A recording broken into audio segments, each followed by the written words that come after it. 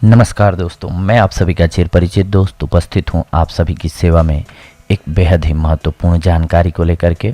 जी हां, आज का हमारा टॉपिक है, हो सकता है कि घुटने बदलवाने की ज़रूरत ही ना पड़े।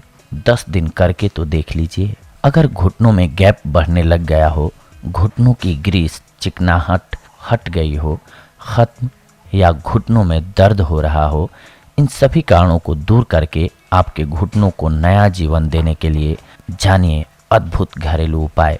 दरअसल घुटनों में ग्रीस कहना एक अनपढ़ भाषा का उपयोग है।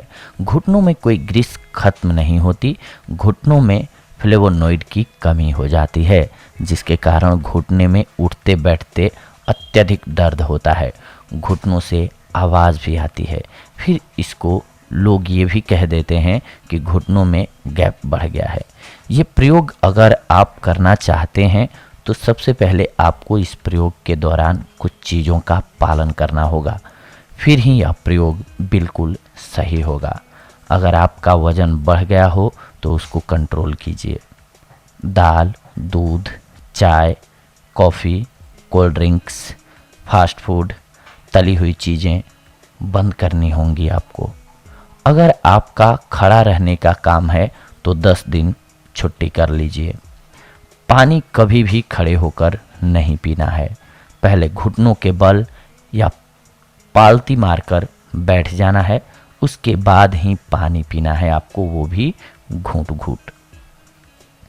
गेहूं की रोटी बंद कर दीजिए। जौ या बाजरे, जिसमें गेहूं, जौ, चना मिश्रित भी हो सकता है, इसकी रोटी खानी है आपको।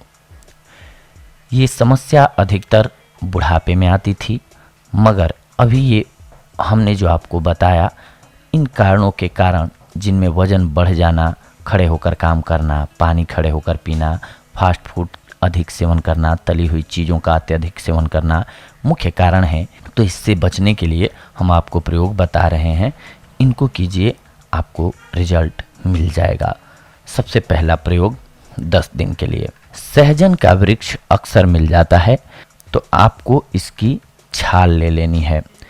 सहजन की छाल 10 ग्राम अर्थात 2 चम्मच 2 ग्लास पानी में 1/4 रहने तक धीमी आंच पर पकाएं। फिर इसको उतार कर अच्छे से इस पाउडर को पानी में निचोड़कर फिर इसको छान लें किसी कपड़े की मदद से, और इसको घूंट घूंट कर पी लें, पालती मार कर। ध्यान रखें, यही प्रयोग आपको दिन में कम से कम 3 से 5 बार करना है। दूसरा प्रयोग 10 दिन के लिए, शल्की एक आयुर्वेदिक जड़ी बूटी है जिसमें बोसोवेलिक एसिड नामक सूजन को कम करने वाला ट्राइपेनॉइड शामिल है। बोसोवेलिक एसिड ऑस्टियोआर्थराइटिस और रूमेटिइस बोसोवेलिक एसिड ऑस्टियोआर्थराइटिस और रूमेटिइड अर्थराइटिस और पीठ दर्द के लिए प्रभावी होता है। पहले तो इस पेड़ की छाल 10 ग्राम 2 ग्लास पानी में गर्म करें और 1/4 यानी कि 1/4 रहने पर इसको पी लें। ऐसा दिन में 3 से 5 बार करना है। अगर स्थिति ज़्यादा कठिन है तो इस काढ़े में 1 ग्राम लोबान गोंद, जो इसी पेड़ की गोंद होती है, वो भी डाल दें, या इसकी गोंद को दूध में डालकर भी पी सकते हैं आप। ये जो दोनों प्रयोग मैंने बताया, इनमें से कोई भी प्रयोग आप अपना सकते हैं। पहले प्रथम वाला प्रयोग करने की कोशिश करें, अगर ना हो पाए तो आप दूसरा वाला प्रयोग कर लें। इसके साथ में रात को सोते समय 5 बादाम, 11 मुनक्के, 7 अखरोट, 5 खजूर, इन सभी चीज़ों को एक साथ पानी में भिगोकर रात्रि में रख दें और सुबह नाश्ते से पहले खाएं और साथ में गर्म दूध पिएं। इस दूध में लोबान की गोंद 1 ग्राम डालकर गर्म करें। कुछ दिन तक यह प्रयोग रोजाना करें। ऐसा करने से घुटनों के दर्द में आराम मिलेगा। सर्दियों में इसके साथ में ये भी करें आप, नारियल की सूखी गिरी भी घुटनों के दर्द के लिए बहुत अच्छी औषधि है। रोजाना 30 ग्राम सूखा नारियल खाएं। घुटनों पर दिन में 2 बार नारियल के तेल की मालिश गोलाई से करें। इससे घुटनों के दर्द में अद्भुत लाभ होता है। अलसी 1 से 3 चम्मच चबा चबा कर खाएं। अगर गर्मी हो तो अलसी को दही के साथ चबा चबा कर खाएं।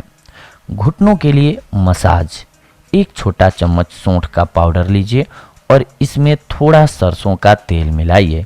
इसे अच्छी तरह मिलाकर गाढ़ा पेस्ट बना लीजिए। इसे अपने घुटनों पर मलिए। इसका प्रयोग आप दिन या रात कभी भी कर सकते हैं। कुछ घंटों बाद इसे धो लीजिए।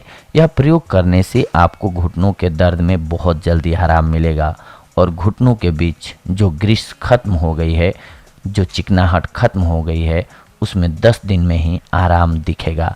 अगर आराम दिखे तो इस प्रयोग को जब तक पूर्ण आराम न मिले तब तक आप दोहरा सकते हैं।